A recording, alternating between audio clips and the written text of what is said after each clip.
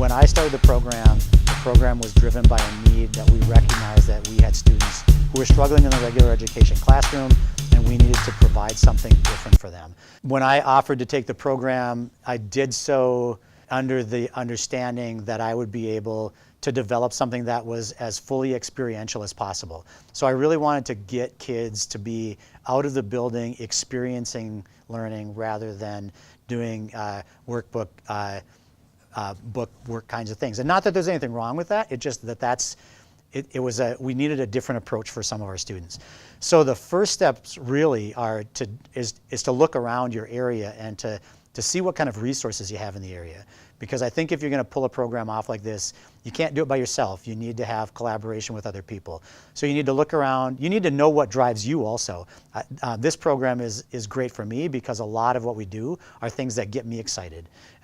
Granted, I get excited about a lot of things. I love to learn. So, however, if I don't have the excitement to help kids gain these experiences, the day is going to be much more difficult to get through.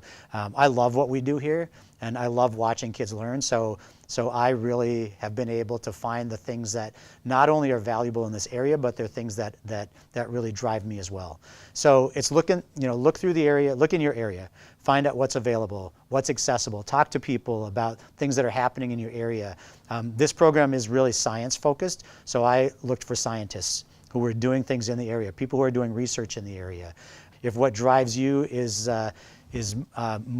artistic or is writing, then find in your area what resources do you have with respect to those areas that you really want to pursue.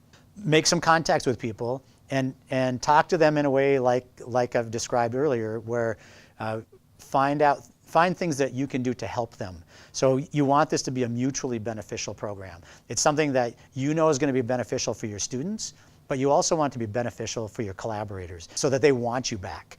Most of the collaborations we have set up, we work with these groups sometimes on a weekly basis, sometimes monthly. So they ask us back on a monthly basis to help them do whatever it is we're helping them do.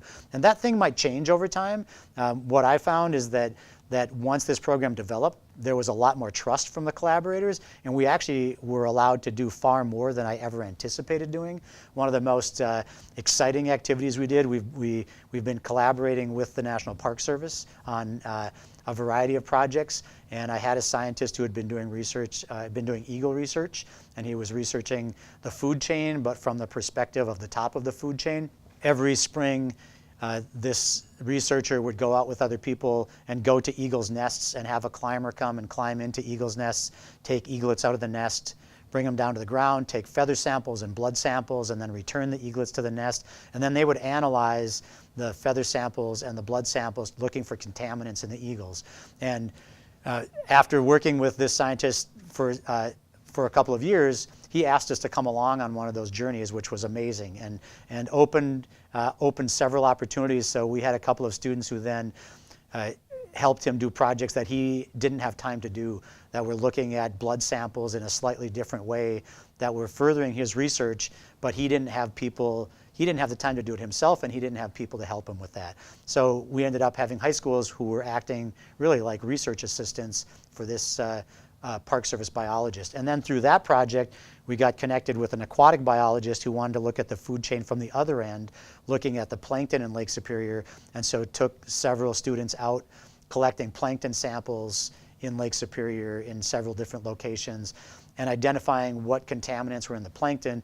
And that project just developed into a full food web project where our students were looking at base level plankton, upper level eagles, and then also for a short time we're looking at more mid-range, the dragonflies and minnows and fish. So those kinds of things develop over time when you develop this trust and you're out in the community and people start to see the school as this interactive part of the community rather than a building on the hill.